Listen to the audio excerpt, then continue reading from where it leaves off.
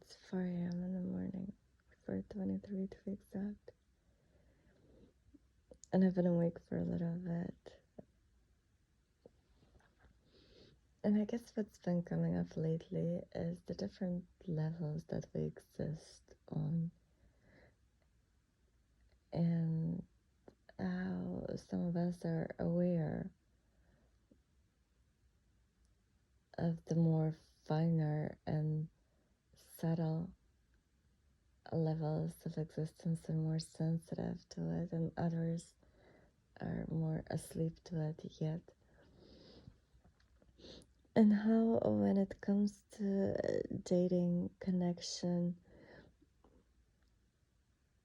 choosing a partner to be with, everything can be approached from so many different sides.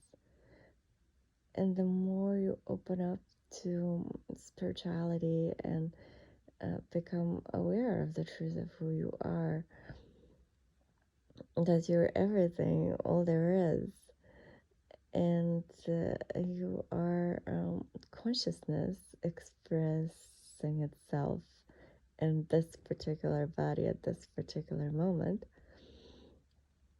then you can connect with others in that space of oneness, and you discover that we're all soulmates, because everything is essentially one. However, we are existing in these different forms for the purpose of variety of and exploration of all the infinite possibilities that exist. Like when you think about a personality and how it's shaped, everybody's so unique on the planet, and beauty is in that uniqueness. So when we wake up, instead of looking at differences with judgment and fear, we embrace them with love uh, and curiosity.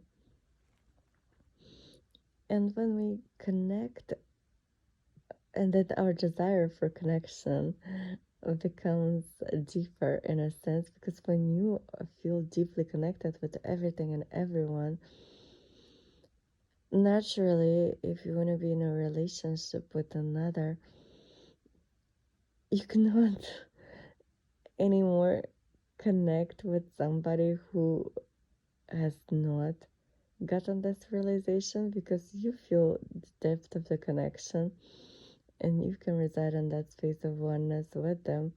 But if they're closed off to it, they cannot reach you there. And you can help other people wake up, and they can get that through your presence and your awareness. But to be with a partner who's really, really asleep is just not so much fun.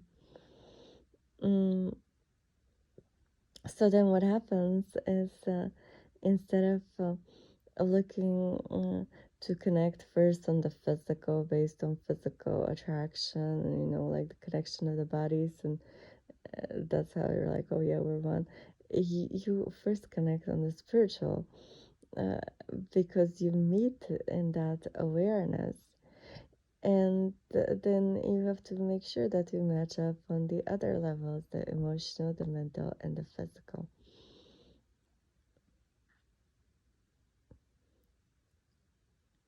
And while we are in that process of awakening and embodiment of our spirituality and learning to exist both as human and divine, sexual, spiritual, masculine, and feminine, we meet other people, we can call them soulmates, that help us in that process. And some of us challenge us, others assist us in that remembering of who we are and uncovering our original essence, which was that thing that we carry, the dream that we came to dream in this world before we were conditioned by our family, school, culture, etc.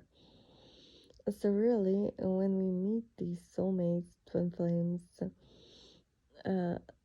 they serve to remind us of our own truth.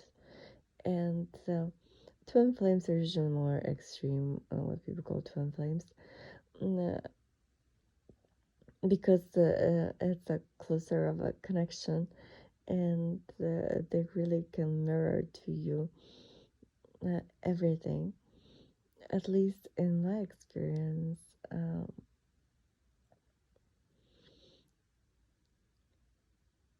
When you start to veer away from your truth,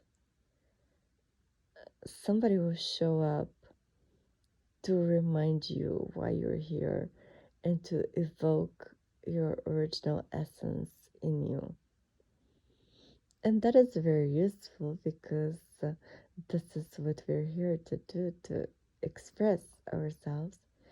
And when you feel closeness to somebody's energy and you can feel their essence, even if they have forgotten about it or they're not aware of it, you can evoke it, and that can help them remember it simply because you're focused on it and you hold that frequency and version of themselves. And if they're willing, they can wake up to it or be reminded of it and return to it. So really, when we talk about divine partnerships and spiritual connections, it's when two people share a similar essence and they recognize it in one another, that real oneness, and they help each other express it better and share their spiritual talents and gifts. And a lot of times, what they'll do together creatively will be something that enhances both of their gifts. And it's perfect complements uh, that unite to enrich one another and assist one another and help opening up one another to that truth and authentic expression, and encourage it instead of discourage it, and enhance it and multiply it in a sense and make it easier. And that's what love does, allows us that freedom to be ourselves and embraces us um, in our uniqueness and rejoices in it. And that is the true beauty when you have humanity where everybody's encouraged to express the truth of who they are, and everyone's unique gifts and talents fit like pieces of a puzzle, contributing to the whole. And when we think about it, this is how a healthy human body works. And this is how whole of humanity is designed to work if we remember the truth of who we are, return to our innocence, and allow ourselves and others the freedom to express that natural essence. And this is what collectively we've been waking up to, so we can get back into a harmony with existence, one individual at a time. And because the whole is comprised of its parts, um, the more people do that, the more they affect the whole. and the process gets accelerated. And every individual awakening and enlightened embodiment matters.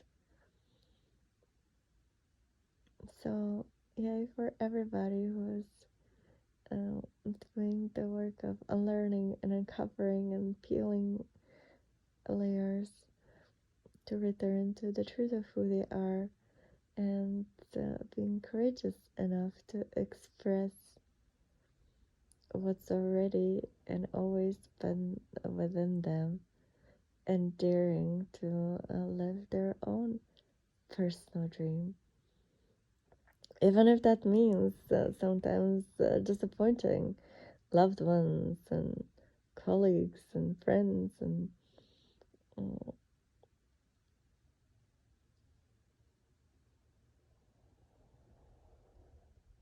because that's what's really important, to live a life that fits you and is true.